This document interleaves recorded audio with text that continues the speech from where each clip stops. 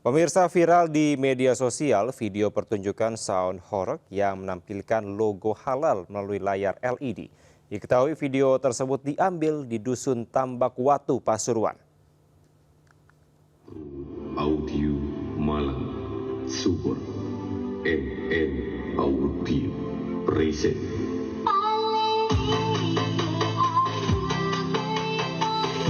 Cuplikan video terkait sound horeg yang menampilkan logo halal melalui layar LED viral di media sosial.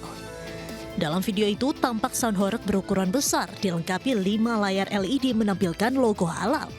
Terlihat juga sejumlah warga mengenakan kaos putih berada di depan sound horeg berjoget mengikuti alunan musik.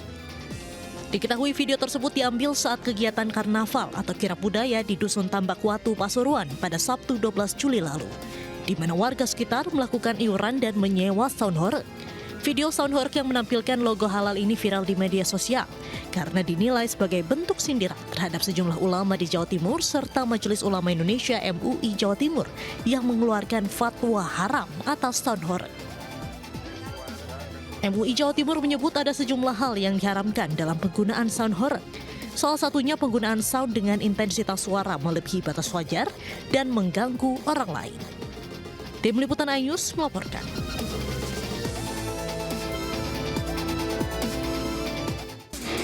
Sejumlah petani di Kabupaten Lebak, Banten menjadi korban intimidasi oleh sekelompok orang yang tidak dikenal.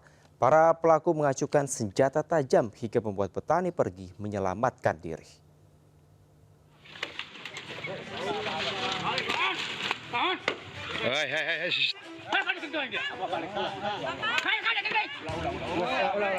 Viral di media sosial, sekelompok pria mengacungkan senjata tajam ke hadapan para petani di Desa Muara II, Kecamatan Cikulur, Kabupaten Lebak, Banten. Sontak para petani berlarian mencari keselamatan. Peristiwa terjadi saat puluhan orang petani tengah menggarap lahan perkebunan karet. Namun tiba-tiba mereka didatangi sekelompok orang yang tak dikenal sambil membawa senjata tajam. Udah digarap, Pak. Ini udah ditanam kami. Sekelompok pria yang diduga para preman ini juga turut merusak tanaman milik petani mulai dari pisang, singkong, kelapa, dan merobohkan paksa 4 buah gubuk yang sebelumnya dibangun oleh para petani. Udah berulang kali, cuman kami tidak patah semangat, terus kami menggarap dan menanam kembali, ditebas lagi. Cuman waktu itu nggak terang-terangan mereka, mungkin di malam hari atau di sore hari. Para petani berharap aparat terkait menindak tegas aksi premanisme di wilayahnya. Dari Lebak, Banten, Iskandar Nasution, iNews melaporkan. Aksi tawuran antar pemuda kembali pecah saat banjirop melanda kawasan Belawan, Kota Medan, Sumatera Utara. Para pelaku tak hanya saling serang namun juga merusak dan menjarah rumah warga.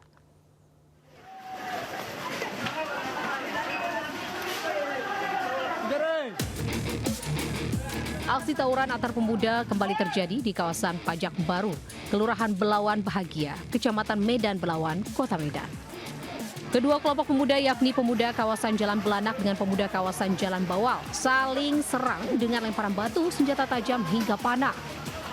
Mirisnya, tawuran antar pemuda ini terjadi saat kawasan tersebut tengah dilanda banjirop atau pasang air laut yang meluap hingga ke daratan. Diduga tawuran terjadi akibat dendam lama yang tak kunjung usai. Selain menghancurkan rumah warga, salah satu kelompok pemuda juga melakukan penjarahan di 2 rumah warga hingga pemilik rumah memilih mengungsi ke rumah kerabatnya.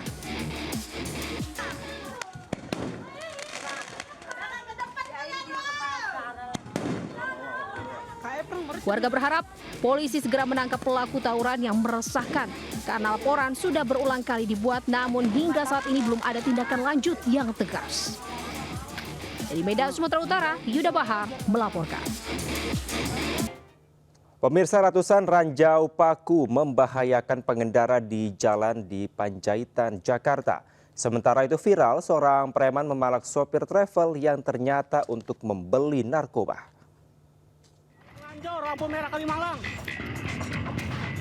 Inilah video amatir saat seorang relawan tengah menyisiri Jalan DI Panjaitan, Cawang, Jatinegara, Jakarta Timur dengan dilengkapi alat magnet.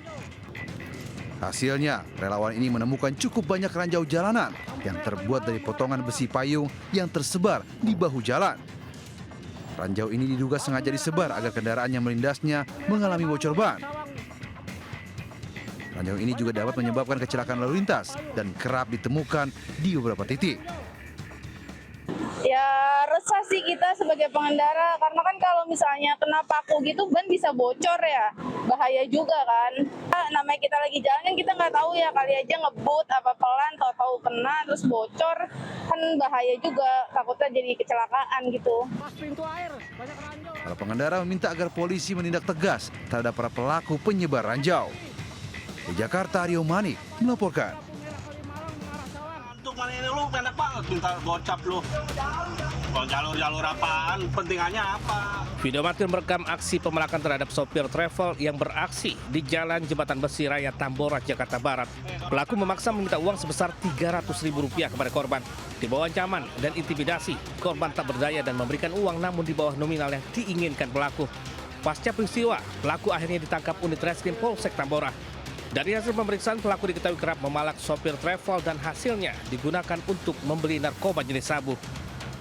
Terus kalau 50, namun yang diberikan hanya 20.000. Sudah sering atau bagaimana? Kalau pelaku sudah sering. Untuk apa? Untuk apa dia melakukan hal ini? Uang hasil palaknya untuk apa? Untuk uang hasil palakan sendiri digunakan untuk membeli narkoba. Atas perbuatan yang pelaku dijerat pasal tentang pemerasan dengan ancaman hukuman 9 tahun penjara. Dari Jakarta, Miftahul Gani, iNews melaporkan. Pemirsa, seorang pemuka agama di Blitar ditangkap usai lecehkan 4 anak di area gereja. Sementara seorang penumpang pesawat menjadi korban pelecehan seksual seorang dokter hewan.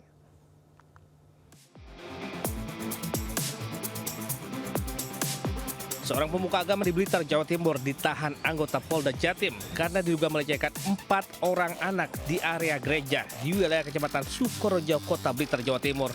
Aksi pelecehan itu dilakukan tersangka sejak tahun 2022 hingga tahun 2024. Keempat korban merupakan anak dari pelayan gereja yang memang tinggal di area tempat ibadah tersebut. Kasus ini terbongkar setelah salah satu korban bercerita ke orang tuanya. Sejak tahun 2022 sampai dengan 2024. Hal ini dilakukan di ruang kerjanya, kemudian ada dilakukan di kamar juga, selain itu di ruang keluarga, kemudian dilakukan juga di kolam renang, dan juga saat ini para korban dan keluarga telah mendapatkan pendampingan dari LPSK. Seluruh identitas korban juga mendapatkan perlindungan dari Kementerian Pemberdayaan Perempuan dan Perlindungan Anak. Dari Surabaya, Jawa Timur, Harita Bayong, iNews melaporkan.